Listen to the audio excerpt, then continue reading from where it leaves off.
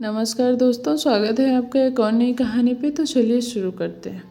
वैशाख पूर्णिमा के दिन गौतम बुद्ध का जन्म हुआ। उनके पास एक साथ 10,000 से ज़्यादा भिक्षु निवास करते थे, पर उन्होंने महिलाओं को तब तक अपना शिष्य नहीं बनाया जब तक कि उनके समक्ष यह बात प्रस्तुत नहीं हुई।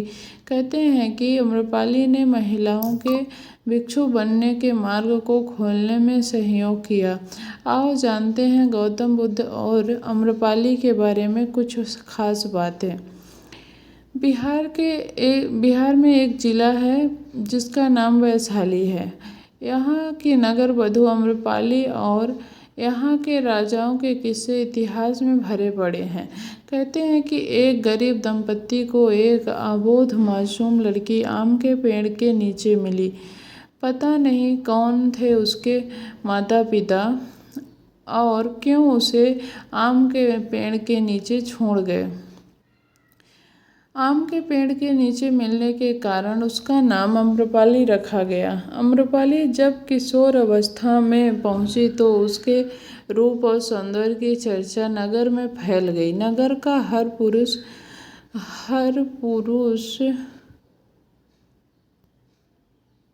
उससे विवाह करने के लिए लालायित हो उठा। राजा से लेकर व्यापारी हर कोई अम्रपाली को पाना चाहता था। उसके माता पिता के समक्ष अब दुविधा और भय दोनों उत्पन्न हो चला था। अगर अम्रपाली किसी एक को चुनती तो राज्य में अशांति फैल जाती। जब वैशाली के राज प्रशासन को यह पता चला तो उन्होंने नगर में शांति को स्थापित करने के लिए अम्रपाली को क्रमानुसार अंत में नगर वधू बना दिया। अम्रपाली को जनपद कल्याणी की उपाधि 7 साल के लिए दी गई थी। इसे साम्राज्य की सबसे खूबसूरत और प्रतिभाशाली महिला को दिया जाता था। नगर वधू बनने और जनपद कल्याणी की उपाधि मिलते ही उसे एक आलीशान महल और उसकी देखरेख करने के लिए नौकर एवं दासियां मिली थी। अम्रपाली को संपूर्ण स्वतंत्रता थी कि उसे लोगों से शारीरिक संबंध बनाने के लिए चयन का भी अधिकार था। इसके साथ ही वह दरबार की नर्तकी भी बनी। अम्रपाली के रूप की चर्चा जगत प्रसिद्ध थी और उस समय उसकी एक झलक पाने के लिए सुदूर देशों के अनेक राजकुमार उसके महल के चारों ओर अपनी छावनी डाले रहते थे। उसके महल के आसपास निरंतर गतिविधियां चलती रहती थीं। उसकी सुरक्षा में कई सैनिक तैनात रहते थे। कहते हैं कि मगध के राजा बिंबिसार ने अम्रपाली को पाने के लिए वैशाली पर आक्रमण कर दिया था। अम्रपाली बिंबिसार के बच्चे की मां बनी। यह भी कहा जाता है कि बाद में बिंबिसार का पुत्र भी अम्रपाली के मुंह में पड़ गया था।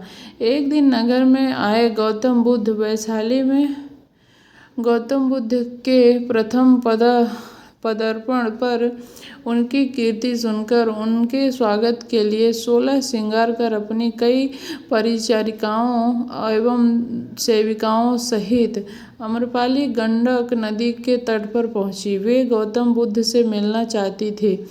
उसके वहां पहुंचते ही भिक्षुओं में हलचल मच गई। बुद्ध ने भिक्षुओं को चिताया।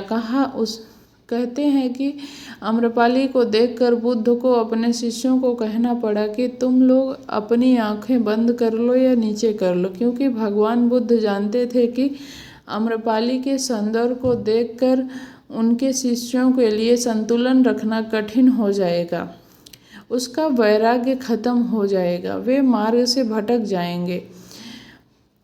कहते हैं कि ज्ञान प्राप्ति के 5 वर्ष पश्चात भगवान बुद्ध का वैशाली आगमन हुआ और उनका स्वागत वहाँ की प्रसिद्ध राज नर्तकी अम्रपाली ने किया था। बौद्ध धर्म के इतिहास में अम्रपाली द्वारा अपने आम्रकनन में भगवान बुद्ध और उनके शिष्यों को निमंत्रित कर भोजन कराने के बाद दक्षिणा के रूप में वह आम्रकनन भेंट देने की बड़ी ख्याति है। यह भी कहते हैं कि अम्रपाली एक बौद्ध भिक्षु पर मोहित हो गई थी। आम्रपाली ने बौद्ध भिक्षु को न केवल खाने पर आमंत्रित किया बल्कि 4 महीने के प्रवास के लिए भी अनुरोध किया था। बौद्ध भिक्षु ने उत्तर दिया कि वह अपने गुरु बुद्ध की आज्ञा के बाद ही ऐसा कर सकते हैं।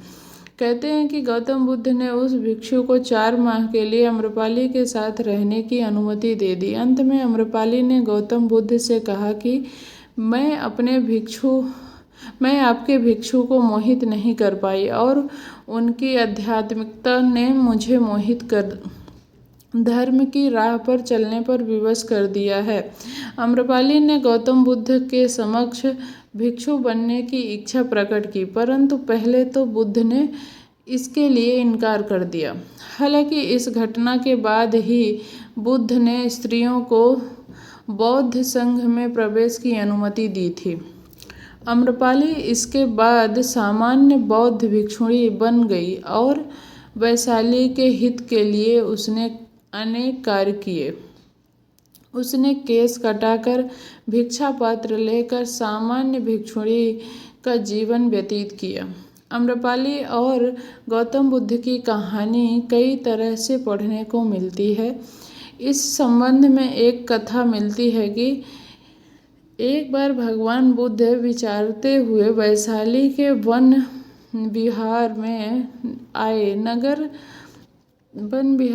में उनके दर्शन करने के लिए आम जनों के साथ ही नगर के बड़े श्रेष्ठ जन भी उनके दर्शन के लिए पहुँचे। हर किसी की इच्छा थी कि तथागत उनका निमंत्रण स्वीकार करें और उनके घर भोजन करने के लिए पधारें। वैशाली की सबसे सुंदर और प्रतिष्ठित गणिका आम्रपाली भी बुद्ध के तपस्वी जीवन को देखकर प्रभावित हो चुकी थी तथा वह भी अपना यह घृणित जीवन छोड़कर भिक्षुणी बनना चाहती थी। यही सोचकर वह भी गौतम बुद्ध को निमंत्रण देने पहुंची और बुद्ध ने उसका निमंत्रण स्वीकार कर भी लिया।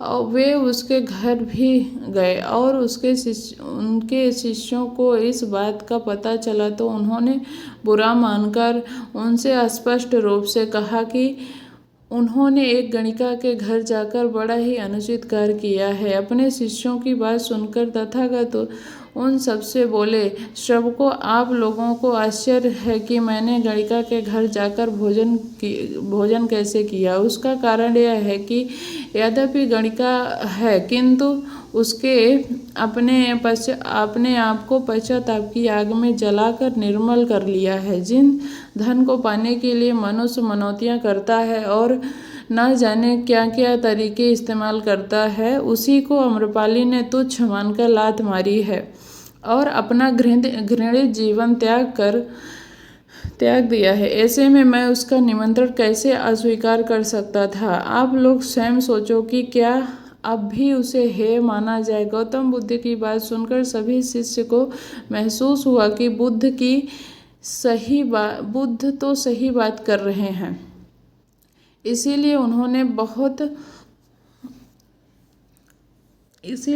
बहुत पश्चाताप हुआ और उन्होंने तथागत से क्षमा मांगी। बुद्ध ने भी अपने शिष्यों को माफ कर दिया। धन्यवाद दोस्तों। जय हिंद, जय भारत।